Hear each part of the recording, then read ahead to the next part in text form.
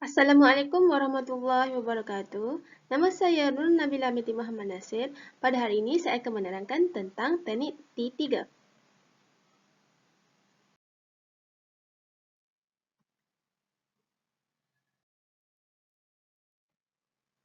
Dengan nama Allah yang Maha Penyayang lagi Mengasihani, saya panjatkan kesyukuran kerana dapat menyiapkan buku ini untuk meningkatkan kefahaman masyarakat tentang jual beli saham.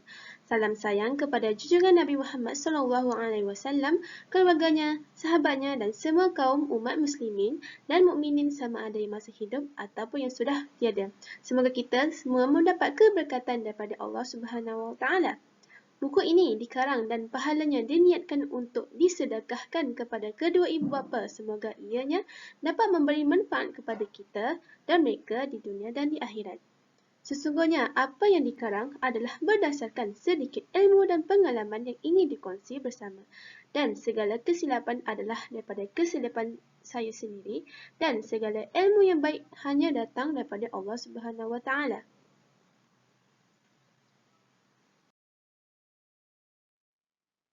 Justru itu, saya memohon maaf jika ada penulisan saya tidak menempati cita rasa pembaca dan insya-Allah penulisan ini akan diperbaiki dari masa ke semasa. Buku ini adalah bertujuan kepada kita untuk mula berjinak dengan pelaburan saham. Pengenalan teknik T3. Teknik T3 merupakan satu term yang biasa trader guna sebelum melabur ke dalam sebuah kaunter. Teknik T3 sesuai diaplikasikan untuk short term trading dan tidak sesuai dengan long term trading. Teknik T3 amat sesuai bagi trader yang menginginkan pulangan hasil yang cepat. T merupakan transaction day, di mana ia adalah hari pembelian. Di sini ia merujuk kepada tarikh berlaku transaksi iaitu pada hari kejadian.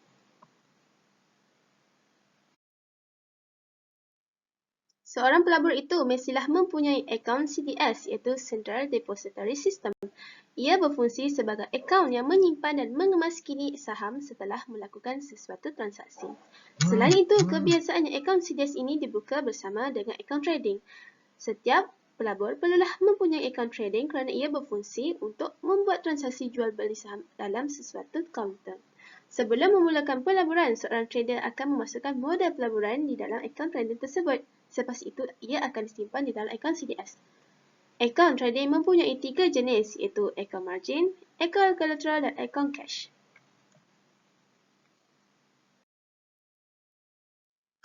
Apakah maksud T0, T1, T2 dan T3? T0 bermaksud hari membeli stok. T1 pula bermaksud hari pertama selepas berlaku transaksi. T2 pula bermaksud hari kedua selepas transaksi. Pada hari ini, setiap trader perlulah menyelesaikan pinjaman daripada broker. T3 pula bermaksud hari ketiga selepas transaksi. Pada hari ini akan berlakunya forced selling. T0 iaitu T-Day ataupun T0 adalah merupakan hari pertama seorang pelabur membeli stok sesuatu kaunter. Di T0, kita dapat melihat volume yang paling tinggi dan diikuti kenaikan harga di kaunter tersebut. Para pelabur lebih tertarik dan akan terus melabur di dalam kaunter tersebut. Hal ini kerana mereka menjangkakan bahawasanya harga saham di kaunter tersebut akan terus menaik pada keesokan harinya. T1 merujuk pada hari pertama selepas berlaku transaksi. T2 pula merujuk kepada hari kedua selepas berlaku transaksi. Pada hari itu, kita perlulah menyelesaikan pinjaman kita kepada broker. Kita perlulah top up duit kita dalam akaun trading ataupun menjual position kita itu kepada broker. T3 iaitu forced selling. Ia merujuk kepada hari ketiga selepas transaksi. Ia merupakan forced selling dan kontrak matang. Jika pelabur gagal memberi sebarang tindak balas dan membuat penambahan ekuiti, pihak broker berhak menjual saham anda. Hal ini untuk mengelakkan kerugian kepada mereka dan untuk mengekalkan peratusan margin. Situasi ini dinamakan margin call. T3 ini kebiasaannya harga saham jatuh besar-besaran jika ramai orang membeli dengan menggunakan akaun trading. Jika kita tidak mahu terlibat dengan forced selling, kita perlulah top up duit kita ataupun kembalikan duit kepada broker. Bagaimana nak mengelakkan forced selling? Forced selling adalah suatu perkara yang setiap trader ingin elakkan. Namun begitu, kita boleh mengelakkan diri kita daripada terlibat dengan first selling iaitu dengan menambah top-up account sepenuhnya iaitu pick up share ataupun menjual pegangan saham kita.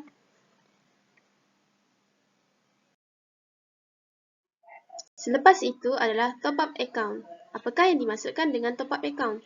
Top-up account ialah kita perlu menambah amount duit kita di dalam akaun sekiranya kita ingin hold lagi saham tersebut.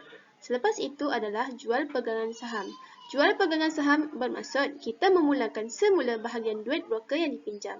Contohnya, duit cash kita adalah sebanyak RM10,000 dan broker memberi pinjaman sehingga RM20,000.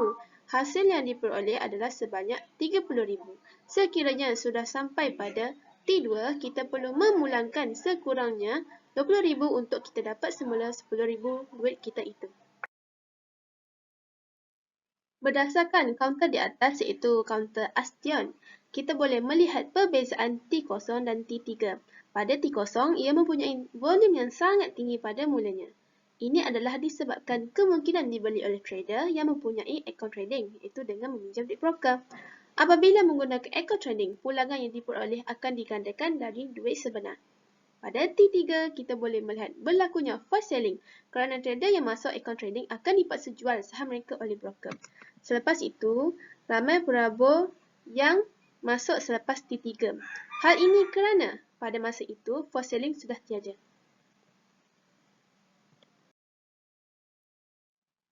Apakah yang dimaksudkan dengan box trading?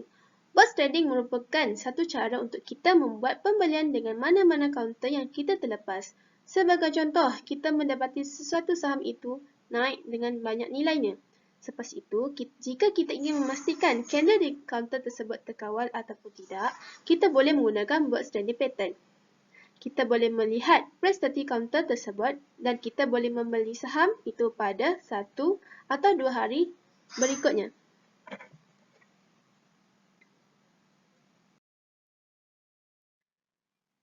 Box trading pattern juga boleh digunakan jika kita sudah membuat pembelian sesuatu kaunter. Dengan menggunakan box trading pattern, kita boleh tahu sama ada kita perlu menjual ataupun kita hold saham tersebut.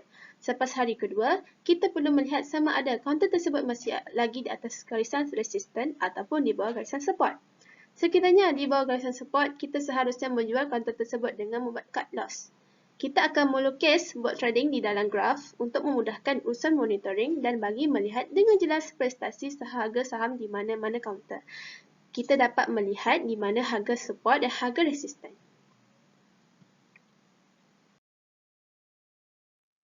Berdasarkan graf Atlantic Power Corp di atas, kita dapat melihat harga resisten dan harga support.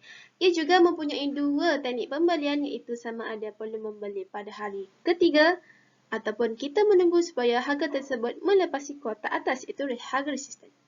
Selain itu, kotak ini juga berfungsi untuk mengetahui masa yang sesuai untuk kita perlu menjual saham tersebut. Contohnya, apabila harga saham itu terkeluar dan kurang daripada paras harga support, kita seharusnya menjual saham tersebut. Selain itu, jika harga itu terkeluar dari kotak sebelah kanan, kita juga harus menjual.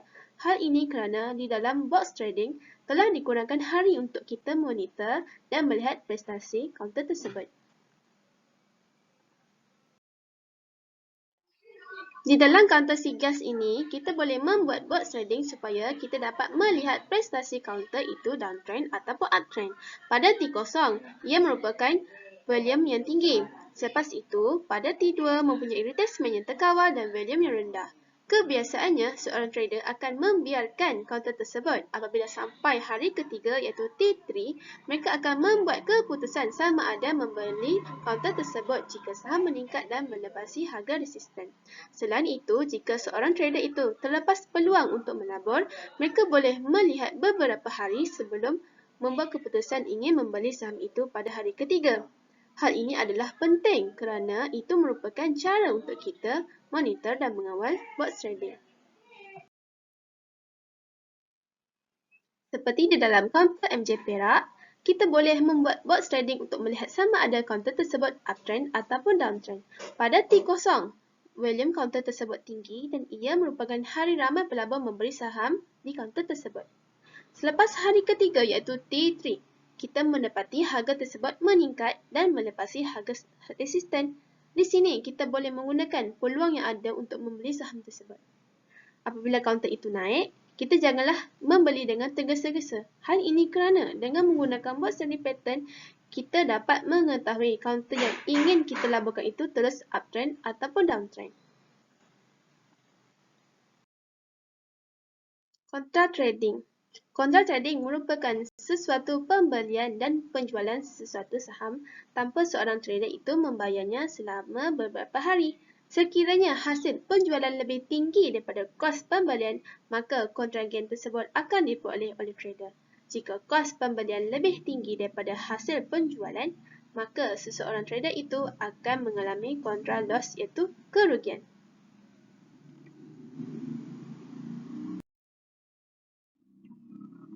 Selain itu, bagi yang mempunyai kontra loss, mereka hendaklah membayar kerugian yang dialami kepada pihak broker.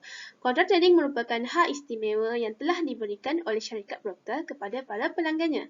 Pihak broker membenarkan trader menggunakan duit mereka, tetapi dengan syarat, trader perlulah menyelesaikannya dalam masa 3 hari. Akan tetapi, keistimewaan yang disediakan oleh broker ini bergantung pada jenis akaun trader itu sendiri.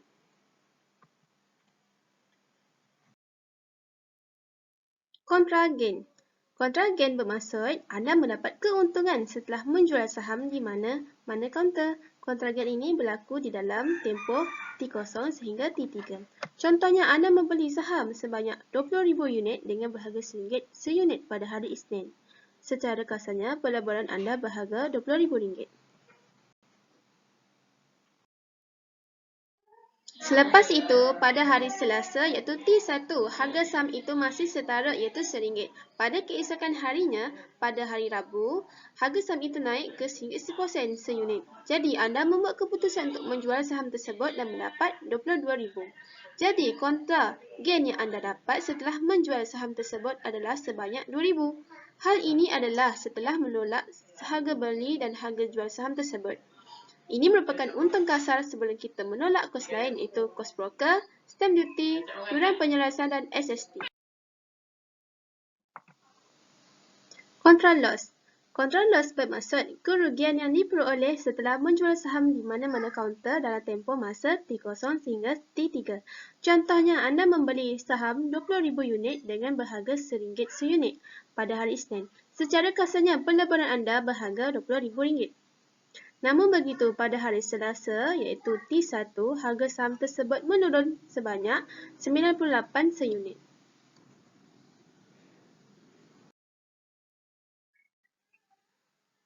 Anda mengambil keputusan untuk hold dahulu saham itu dengan harapan harga saham itu akan meningkat keesokan harinya.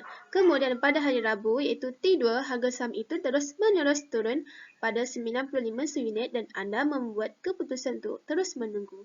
Pada hari Khamis iaitu T3, harga terus-menerus turun sebanyak 90 sen. Anda membuat keputusan untuk menjual saham pada hari tersebut dan anda memperoleh RM18,000. Setelah menolak harga beli dan harga jual saham tersebut, anda mendapat kontra loss sebanyak RM2,000. RM2,000 itu akan ditolak daripada modal yang anda masukkan ke dalam akaun trading anda.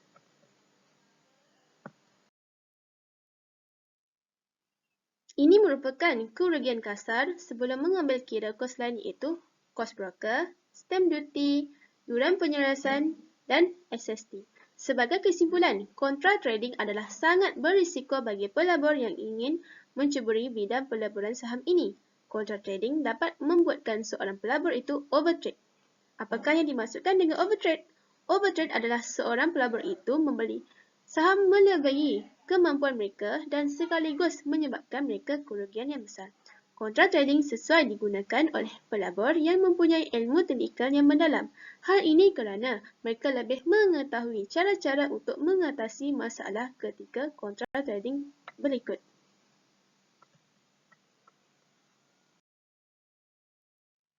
Risiko besar. Pada awal bulan Mac 2020 yang lalu, Malaysia menyaksikan kejatuhan indeks bursa Malaysia akibat penularan wabak COVID-19 di negara kita.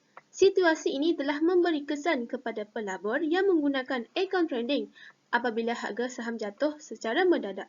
Syarikat broker mula membuat margin call dan kegagalan pelabur menambah ekuiti sebagai cagaran telah menyebabkan syarikat broker membuat forced selling.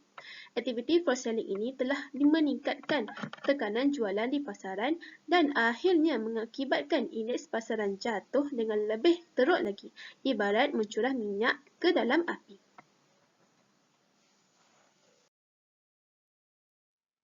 Sebagai penutup, teknik T3 sesuai digunakan oleh pelabur jangka masa pendek. Hal ini kerana mempunyai harian sedikit. Sebagai trader, perlulah berhati-hati ketika ingin melabur dalam sesuatu kanta dan janganlah tergesa-gesa. Hal ini kerana kita tidak tahu apa yang akan berlaku seterusnya. Dengan menggunakan teknik T3 ini, para pelabur akan memperoleh profit dalam jangka masa yang pendek. Selain itu, para pelabur juga akan tidak terkecuali mendapat loss jika kaunter tersebut downtrend dan mempunyai nilai kurang daripada harga support. Penggunaan box trading dapat menjadikan seseorang pelabur itu mengetahui prestasi sebuah kaunter tersebut sama ada downtrend maupun uptrend. Sebelum saya ingin mengundurkan diri, izinkan saya memberikan serangkap pantun. Ikan tenggiri dimasak kari, buat santapan anak dan isteri. Saya ingin mengundur diri, salah dan silap harap dimaafi. Sekian daripada saya, Nabila Nasir. Terima kasih.